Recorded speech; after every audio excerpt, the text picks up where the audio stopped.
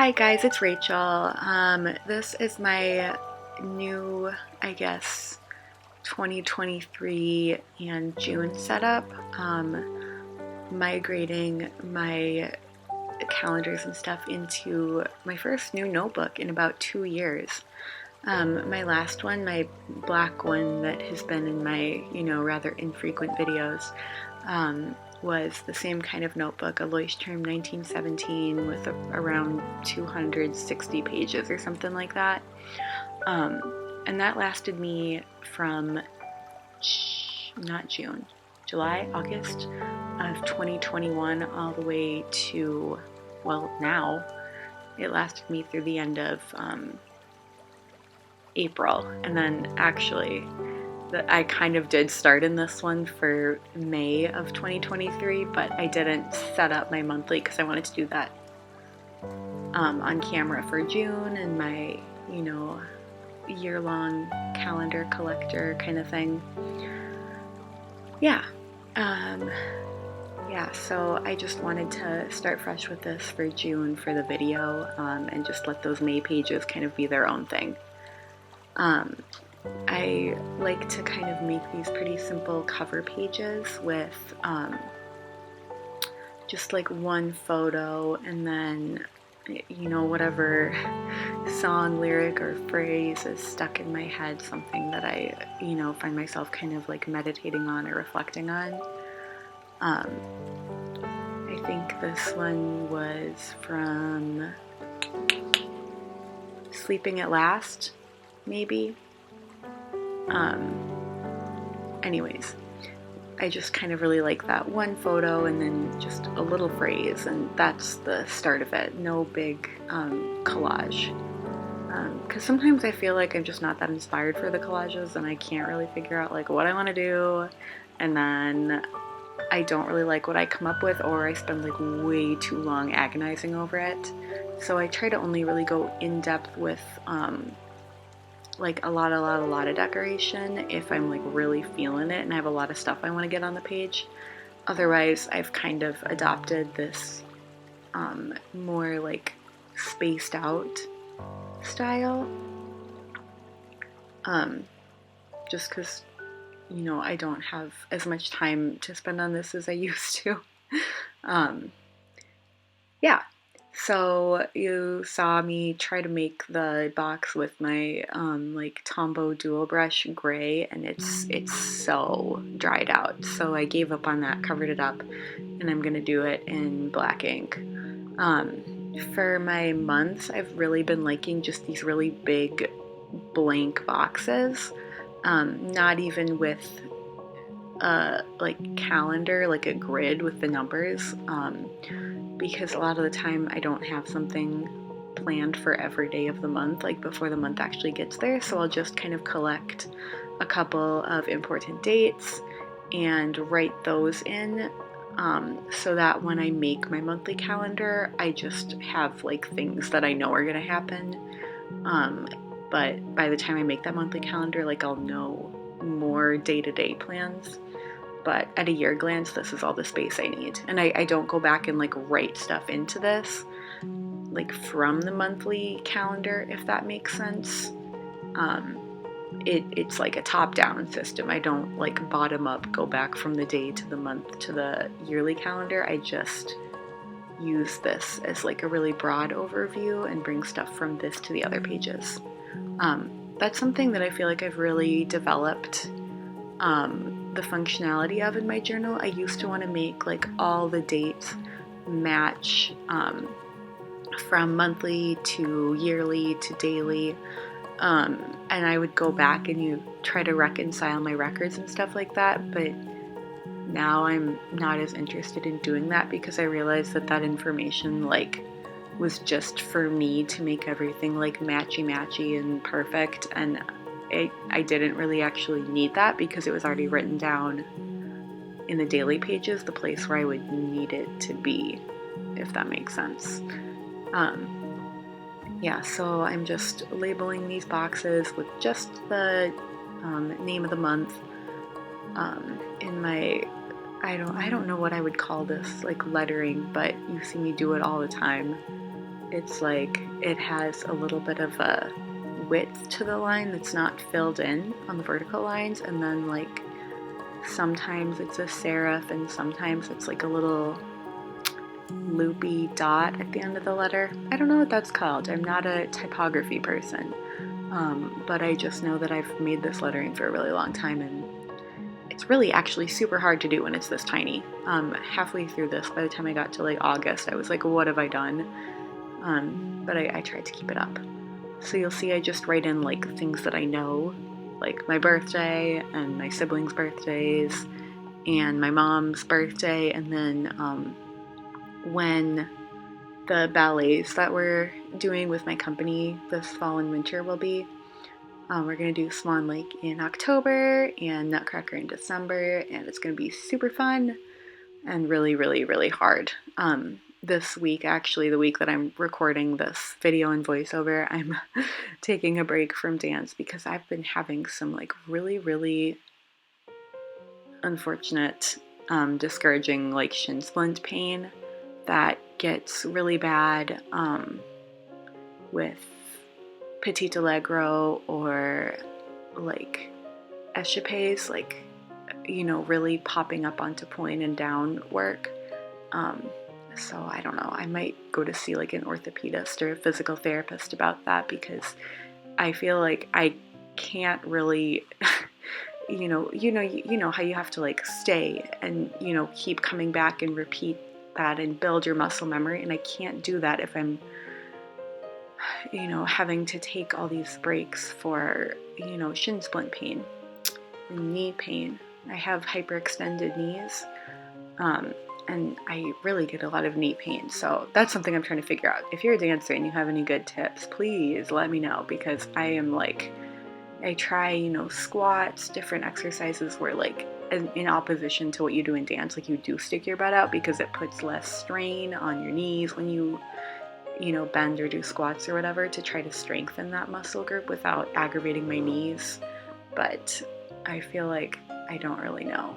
And I'm like rolling them and icing them, and I don't know, man.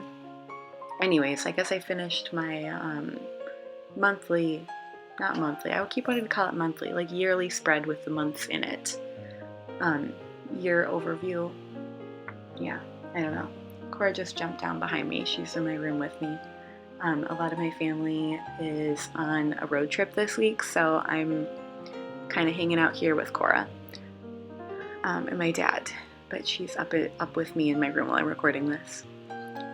Let's see, June monthly. I like can't even read what I wrote there. Let me like flip in my actual notebook here. I have that next to me. I wrote, oh, that's May. That's why I'm confused. I'm still in May as I record this. Oh, I wrote things that I'm looking forward to about June and summer. My school year ends on June 8th. So I'm really getting up to it. We got 2 more 4-day weeks of school left as I'm recording this, and I am so looking forward to being done. At the same time, I need to be focusing on figuring out my job for next year, but I just can't wait to be, you know, get some time and space to myself for a while. I wrote summer evenings, warm breezes, floating on waves, drives with windows down, picnic blankets with a warm dog, sleeping in the shade, rippling leaves, sunlight, thunderstorms, and warm rain, which are some of the things I think about when I think of June. As of right now, I just was, you know, messaging in the comments with my friend Ray, and I was like, June is always pink. And I feel like that's so true. Like I have this one Tombow that I think, I don't know what color number it is, but it's this pink that I use in the calendar in a minute, and I feel like I use it every single June, which is great. It's a beautiful color, and June just seems like a pink month to me. Yeah. And then I wrote a couple thinking about things. I used to do this like list of reminders or whatever, but I feel like it's kind of a more authentic journaling experience for me if I really write down what I'm thinking about instead of trying to categorize it into like to-dos or goals for the month or whatever. Like I just write down things I'm thinking about that are on my mind, and then I kind of know when I look back at it, like where my head was, and what my goals were and things. But it's not so much a to-do list as just like a brain drain kind of thing. Like it's good for me in the moment, and it also is nice to look back on. Yeah. What else? I used my little kind of cloud motifs and some hanging strand motifs in this in a minute. And I'm looking at the completed page right now. I don't know why I'm telling you this. This probably is making you like, what is she talking about?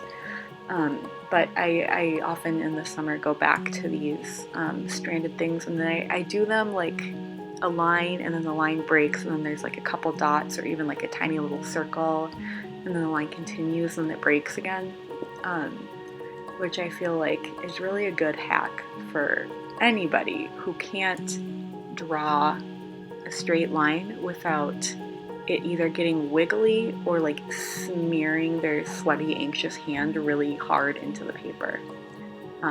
Because with my way, you just get to lift the pen when you get tired of drawing the line and like reset, shake out your wrist, and then keep drawing it. And it also looks like kind of cute and whimsical. Yeah, there's that pink Tombow. And I'm looking probably at my calendar on my computer.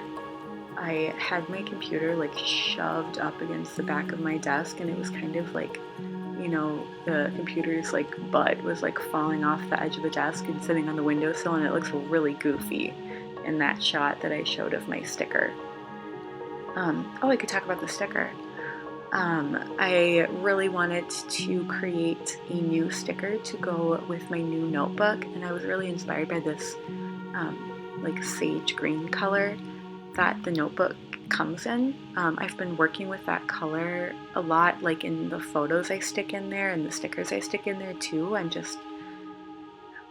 very like in love with like greenery and like nature colors and stuff. Maybe it's like the summer I'm feeling, but I feel like even more than in summer, which is perfect for the sticker that I made, because it kind of combines that idea. A while ago, I just had this image of this like reversed greenhouse kind of, where there was like summer on the outside and winter on the inside. So, you know, the plants on the inside of the greenhouse were lying dormant, and there's like ice and snow inside, and I thought it would be kind of pretty, like a snow globe kind of inside the glass, and then the summer would be on the outside. And I ended up leaving off like the bushes that I drew into the sticker on the outside, because I thought they kind of took away from it, but you know, that's up to the imagination of the person looking at it. But I'm really, really proud of these. They're the first time that I've designed something on Procreate to sell in my shop for kind of a while. And then I actually ended up ordering them from a like sticker printing service instead of printing them at home, because I've been having so many issues with my home printer. And I love how they turned out. Like, I would totally do this again if they end up selling well. Would create more stickers this way, because it was so nice to have my part of the work be done after I was done designing it and letting somebody else take care of the production. Because I feel like when you do all these steps for yourself, it can be really daunting to start something new, because you know that not only will you have to draw it, but you'll have to like print it out, and you know, I would put a clear protective coating layer on top of the vinyl layer so that they'd be weatherproof, and it was really a production. And it's so nice to just send it off and, you know, not do that part for myself. And I think that they probably turned out a little better, because I felt like I could devote more time to the design and teach myself new skills. I learned how to do a couple new techniques I used in this sticker. Like, I got much better at using the Alpha Lock feature so that I could color my line work, and I really had fun experimenting with that. And just working with the different layers and color palettes and stuff, it was really fun. I missed doing this, and I'm glad I got to do it again to make this sticker. I'm calling it the Winter Greenhouse because it's like a winter greenhouse, you know? Anyways, it's stupid. It's on my Etsy if you are interested. Hello Rachel the First Etsy shop. What else? What else? I guess I could talk about what I'm thinking about this month. I was thinking about summer knitting projects. I've ordered some new yarn lately and finished several projects that I'm really excited about getting to wear. Going paddleboarding, maybe taking a trip, going on outings with Cora, my two sisters coming home from school, and my 1 year anniversary of starting ballet for the first time as an adult. So those are all things I'm kind of looking forward to this month. Oh yeah, and my birthday. I'm going to be turning 26, which is crazy. Actually, now that it's the end of May, I'm kind of having like a weird time because it's my 10-year anniversary of having my spinal fusion surgery, and I'm like, it's blowing my mind that it's been 10 years and that I like lived this long past how painful it was. So yeah, I don't have that much to say about that, but that's something that's on my mind right now. Yeah, so these are the finished spreads. I think they turned out really nice and minimal and something that I can kind of build on as the months go by in that yearly spread. And the monthly, I think, turned out really nice and perfectly kind of encapsulating the vibe that I'm hoping to experience this June. Yeah, that's about all I have to say for this month. I'm hoping to make, I sounded really folksy there. I'm hoping to make more videos this summer since I have a little bit more free time away from school, and maybe another art video or knitting video, or I don't know. Well, you can let me know if you're interested in any of that. Please go check out the Winter Greenhouse sticker if you're interested, and I will see you next time. Bye-bye.